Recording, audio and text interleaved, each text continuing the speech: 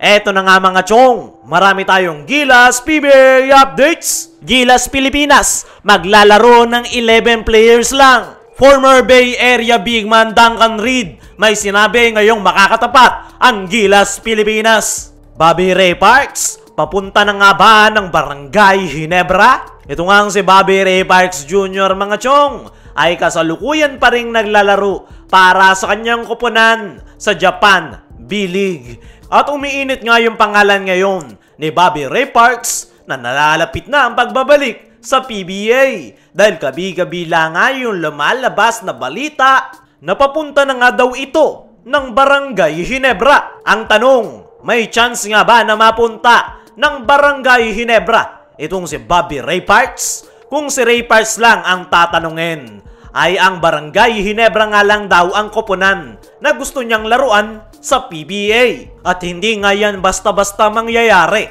dahil hawak-hawak pa rin ng TNT Tropang Giga ang rights ng nasabing player. Pero napakalaki nga ng tsansa na pwedeng mapunta ng Ginebra itong si Bobby Ray Parks. Dahil ayon sa ating mga trusted source ay tinatapos lang ni Ray Parks yung kanyang kasalukuyang kontrata sa kanyang koponan sa Japan. Saka ito babalik sa PBA. Ang tanong, paano siya mapupunta ng Barangay Ginebra? Merong dalawang option si Bobby Ray Parks. Isang mahaba at maikling paraan. Yung mahabang proseso ay via unrestricted free agency. Kinakailangang mag-sit out ni Bobby Ray Parks ng 2 to 3 years. Ibig sabihin ay hindi siya maglalaro ng kahit anong liga sa loob ng 2 hanggang 3 taon. Hindi nga counted yung taon na paglalaro niya sa Japan B-League para ma-activate ang kanyang pagiging unrestricted free agent. Yung maikling paraan naman ay kailangang mag-request ng trade nitong si Bobby Ray Parks sa TNT Tropang Giga papunta ng Barangay Ginebra. Yan nga yung pinakamabilis na paraan dahil hindi niya na kinakailangan mag-sit out ng 2 to 3 years bago mapunta ng Barangay Ginebra. Panigurado, hindi basta-basta ang player ang hihingi ng TNT Tropang Giga once na mag-straight trade ang TNT at Barangay Ginebra.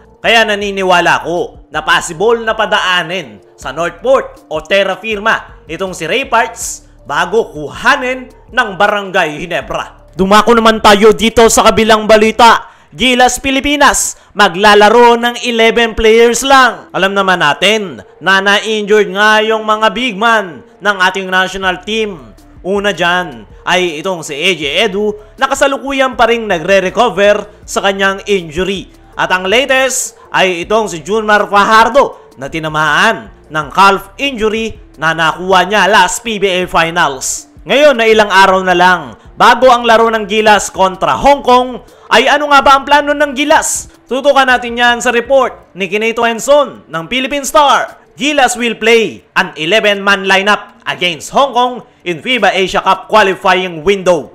Ayon nga dyan mga chong, ay 11 players lang ang maglalaro para sa Gilas Pilipinas dahil sa pagkaka-injury nitong si Junmar Fajardo. Dapat nga ay 10 players lang yan, mabuti na lang ay naihabol ni Coach Tim Cone si Japet Aguilar. Ay nga mismo kay Gilas Team Manager Richard Del Rosario ay hindi maglalaro si Junmar. Pero umaasa kami na makakasama siya paglipad papuntang Hong Kong. At meron na ngang ticket na nakareserve para kay Abay. Para sa akin mga chong, hindi sa minamaliit ko ang Hong Kong ay kayang-kaya naman maglaro ng Gilas kahit 11-man lineup lang ang kanilang ipadala. At tingnan na lang natin ang mangyayari. Dumako naman tayo dito sa kabilang balita. Former Bay Area bigman Duncan Reid may sinabi ngayong makakatapat ang Gilas Pilipinas. Ito nga si Duncan Reid mga chong ay naka-line up para sa national team ng Hong Kong. At excited nga ito na makalaban ang Gilas Pilipinas.